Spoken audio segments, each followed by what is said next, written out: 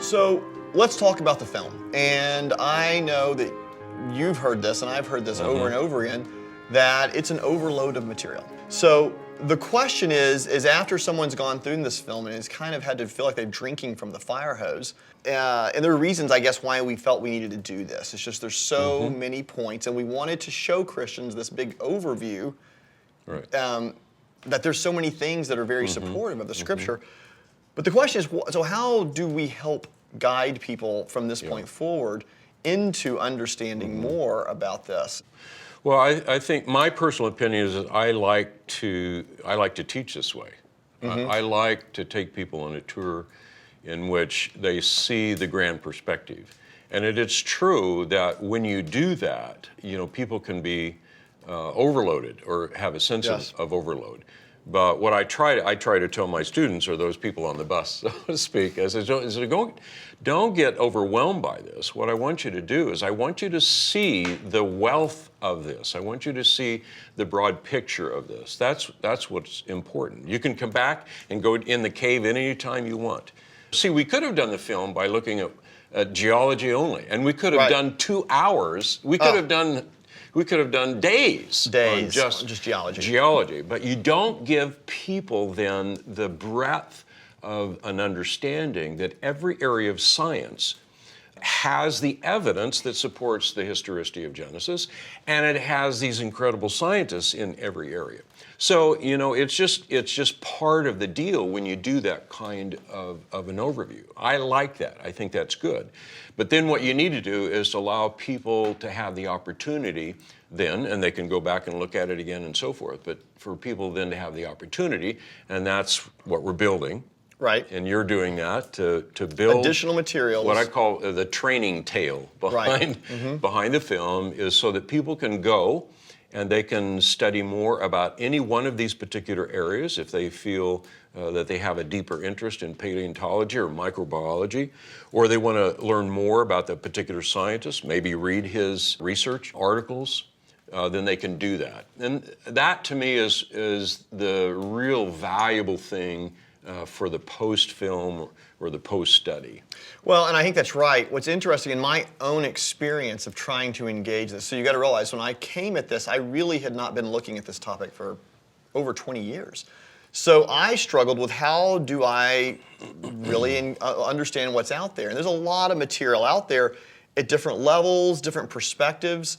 And so I went through a period where I was like, this is very frustrating and very difficult. And I'm not sure that level of frustration in trying to grapple with what's out there, I don't know if you can easily overcome that unless, as a child, you were taught things consistently along the way.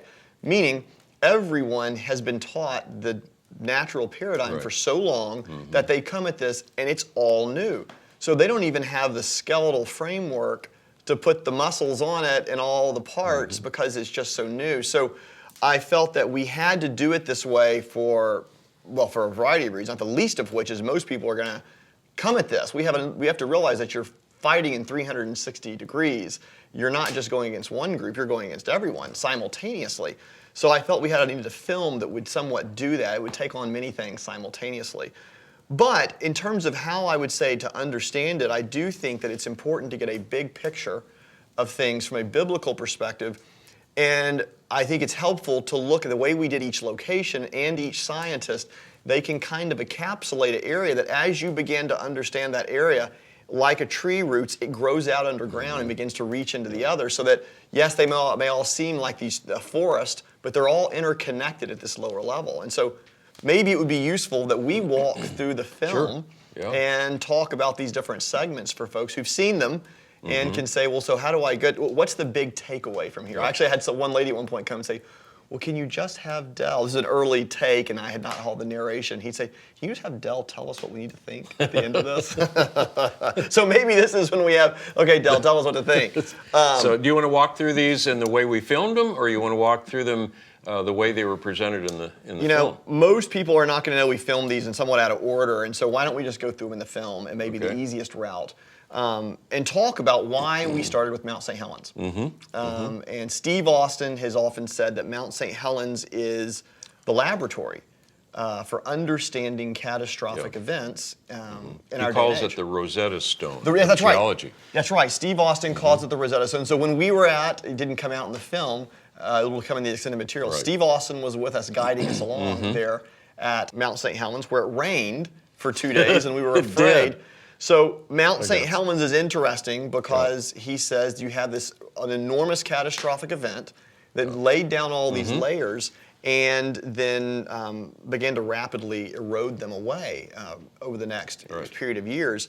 In fact, I think that's the important aspect, is that when you look at geology, gentlemen like Hutton and Lyell really established, and those are these early geologists that I would say were deists, remember, they said you have to look at present processes and apply them all the way through the past. And at the same time, there were other geologists, men like Cuvier, men like Sedgwick. Adam Sedgwick was in England, a Christian. Cuvier was not a Christian, I think, but they believed in catastrophes. And so many of the things that were going on today, you can look backwards and see back when geology advanced. But Lyell and Hutton and their group took the day of this uniformitarian processes. And the challenge I think you get into is that it's easy to oversimplify what uniformitarianism is and catastrophism. But catastrophism, this idea that really, as I think Derek Ager, he's the British geologist, said, he's a modern catastrophist, does not believe in creation, but he says, when you look at the geological record, it does seem like there's an enormous number of catastrophes making these. And so I think that that's really what Mount St. Helens was supposed to demonstrate, is that at the heart of our geological record are formed by catastrophes. You saw that with the log mat. I mean, you and Steve were out there on the log mat looking at the rapid formation of coal. And you know what? This is a great example of what happens when a paradigm captures your thinking. So the current scientific paradigm in terms of how do coal seams form, the current paradigm would tell us that it happens as a result in a swamp over a long period of time. This organic material begins to build up, and over a long period of time, that's what gets the coal seam. Well, if you are stuck in that paradigm, you accept that, and you don't think any other way. But Dr. Steve Austin, that was his specialty, was coal seams. And he knew that the coal seams didn't match that because the coal seams were very rough. They had bark. And these were big chunks. These were not the very fine, almost silt-like material. Coffee grounds, he calls them, under swamps. Right, yeah, because it decays and it gets finer and finer as time goes on. And so the coal seams don't reflect that. They reflect more of this very, very rough, almost barkish look. And that's where he then, got the idea, well, this is bark. How does bark get to the bottom?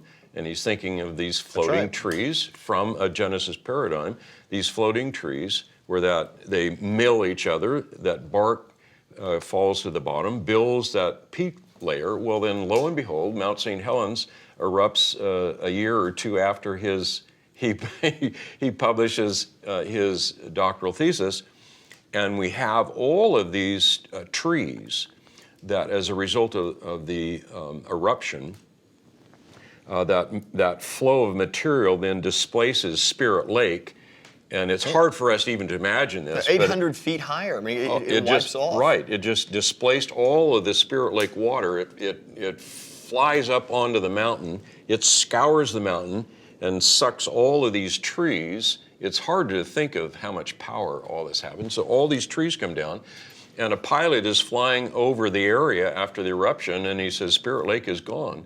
Well, that's because it was filled with these trees. And they're still there. Well, we saw how many years later now? I mean, what is it? 35 years that we were there? And and the log mass is still there. I mean, it's dwindling and so forth. You can see the trees, though, that are all broken off still when they pulled them off. And the trees that are stuck down in the lake, much of the petrified forest, you can see the trees. And I think that's a great example. So you just, no pun intended, dug down into some of the data. That, I think, is the challenge people face, is once you get into the data, it starts getting complex. And so, but the data sits under these views. And it's this challenge philosophically of the inductive, empirical method of looking at the data. And it can give, versus this very deductive, here's a structure, here's a conceptual idea of catastrophism. And I think that's where it all think it's hard for folks. Is like, so how does this data fit into what I'm wanting to understand? And I can get lost in the weeds, and you have to realize that science is balancing these two, and that's what these guys are doing, but it's not easy. And there's a reason why they get PhDs. And so I think that if we step back from Mount St. Helens, really the takeaway is that catastrophe is the best explanation for the geological record around us. And that for most of these large geological sequences. And the beauty of Mount St. Helens, and I think why he calls it the Rosetta Stone, is that the Rosetta Stone, the reason why it's so good is because we understand one of the languages and we use that then to interpret the others. Well, we were here when Mount St. Helens erupted. We know exactly what happened and how long it took. We know what caused it. And we have these extremely complex geological formations. He was talking about how some of the glacier ice was blown out and then it got buried. And so it was venting steam. It reminded me, it must have been like a Jurassic Park scene. So you have all these steam vents after all of this, and some of them got clogged, and the steam built up, and they exploded, and they created these little craters, and then we have another eruption, and more material gets formed in there. So it shows you how you would have this in a very rapid way. Meaning it's not just flat layers purely, although you see them, but there's movements in them, and there are things that are happening. It's complex. It is. And it's a very complex geological area, but we know how it happened and we know how long it happened. And when we look at the side of the mountain and we see that, what was it, 150 feet of granite that was just melted away in geological time almost instantly as a result of water. Well, we don't have to look at that and the little creek that flows down there. We don't have to say, well, that creek, carved that out over millions of years. No, because we saw it. It happened almost instantly. And it's the eyewitness account. That's exactly right.